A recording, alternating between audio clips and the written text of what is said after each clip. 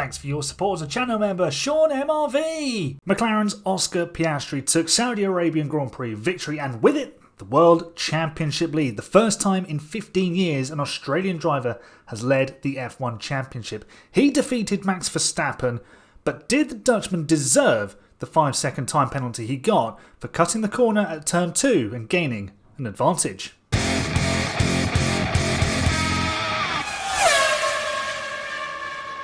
Hello folks and welcome to my thoughts on the Saudi Arabian Grand Prix of 2025, won beautifully by Oscar Piastri. But it was a controversial beginning to the Grand Prix because Piastri and Max Verstappen went toe to toe and the Australian came out, well, I won't say better off because he didn't actually get the lead, but in the long run he was the victor. He won the race because Verstappen got handed a 5-second time penalty. And I suppose let's dive straight in because we need to start right at the beginning.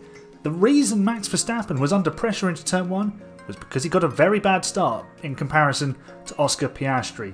On the inside, the McLaren got the launch and he was immediately level with Verstappen. There's a few key things that the stewards highlighted in their decision for the 5-second time penalty that Verstappen was handed. And I'll talk about whether he, I suppose, maybe should have been given another chance to give the place up in a minute. But first of all, Piastri has to be, if you're the car on the inside, these rules of engagement and guidelines of racing are really weird, I would say. I don't agree with most of it. I think, first of all, I think Piastri could have allowed Verstappen to stay on the track or at least have 2 wheels on the track. But Piastri had won the corner, and it's a weird phrase. You own the road, you own the corner. I don't think anyone owns a corner unless you're like completely ahead, and it's just ridiculous for the other person to even contemplate sending the overtake. Verstappen was alongside. I think he deserved some space, but we'll get to that in a minute. So Piastri has to be far enough alongside that his front wheels are level or beyond Verstappen's wing mirrors. So in that sense, Verstappen can see that he's there and therefore has to leave the space. There's something to do with the sort of where the apex is. I mean, the apex is different depending on what line you're taking, I suppose. So that's a bit vague. You can't crowd another car and you have to keep your car completely under control. I think Piastri did 3 of those 4 things for certain. Did he crowd Verstappen off the track? Debatable.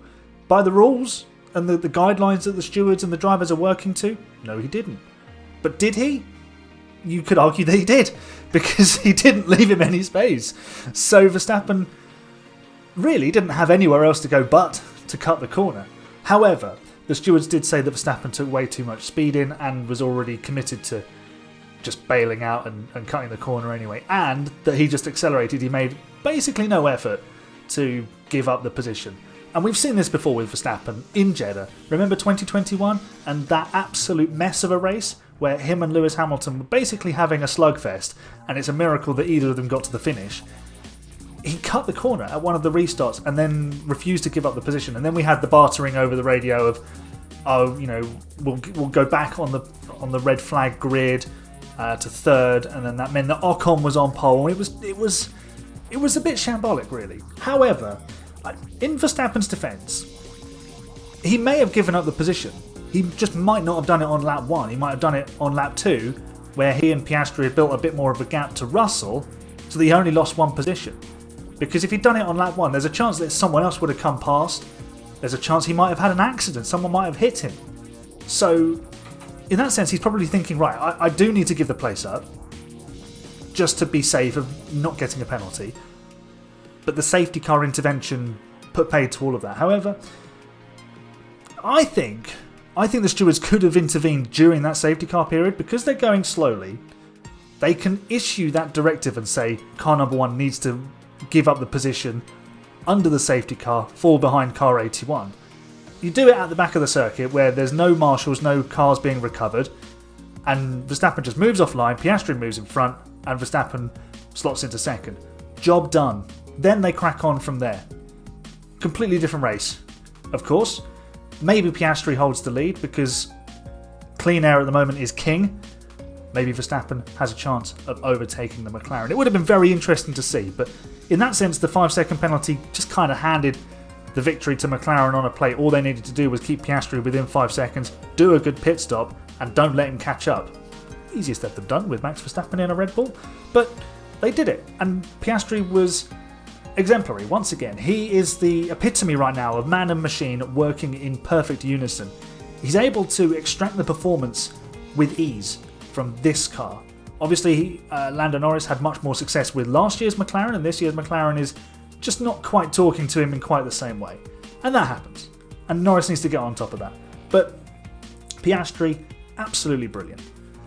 Verstappen, I think he'll be pleased to come home second.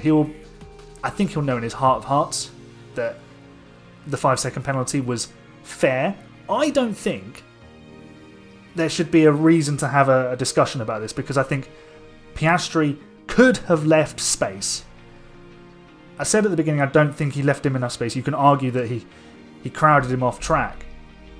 I don't like these rules of your car needs to be here for you to have the space. I think that professional racing drivers, if you tell them what they can and can't, where a car needs to be, as soon as they don't feel a car is there, they're going to chop across, and it's going to cause problems. I think if you just keep it, I suppose, a bit more vague, and say, you must leave a car's width, like you must allow a car to keep 2 wheels on the track at all times. And then if someone cuts the corner and says, "Oh, they didn't leave me space to keep 2 wheels," if it shows up in the telemetry that they cut the corner early, bailed out early, there is an art of racing, and I don't want to be all sort of back in the day sort of thing, but Schumacher and Senna didn't have these rules of engagement. They just went racing. They left it up to you to have the accident. You had to pull the overtake on them. Verstappen is very much in that mould. And I'm not condoning or saying what Schumacher and Senna did was right at all times, but you had to get up the inside. You had to force them to leave some space. And Schumacher didn't always just turn in on people. He did sometimes, 94 and 97. But on occasion, he did leave the space. And Martin Brundle said it, I think it was in a race in China. I've watched it back a few times. I think it's the 2010 Grand Prix. He said the only way you're going to pass Michael Schumacher is by getting up the inside. You have to treat him like the hind legs of a donkey. And yeah, basically, you have to get up the inside of those sorts of drivers and force them to leave a space. But cutting the corner, not on. I don't think drivers should be in a position where they can get to that point, if that makes sense. They should be allowed to leave the space, and if it just becomes a little bit too tight, they can bail out, and then they just give up the place. Because you cut the corner, you can't keep the position if you've cut the corner. It's just one of those things.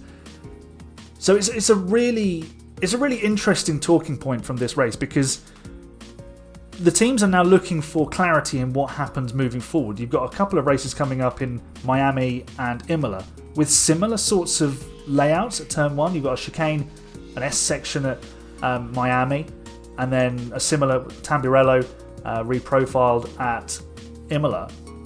And we've seen Verstappen use exactly this rule in Imola in the wet in 2021 against Lewis Hamilton. He was ahead and he forced Lewis onto the sausage curbs, which every time I look back at it I think, well, he doesn't have to. He doesn't have to do that. You can force a driver right onto the curb and make it really difficult for them, but you don't have to force them off.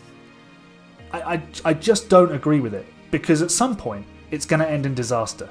We've seen it end in disaster before, but it's going to end really badly for someone. It's going to cost them a race win. It's going to cost them a world championship. But it's going to give us lots of drama. It's going to give the journalists in the paddock a lot to write about, and podcasters a lot to speak about. So maybe we do want that sort of action, because it gives us talking points. Let me know what you think on this. Do you think Verstappen should have been allowed to give the place back under safety car?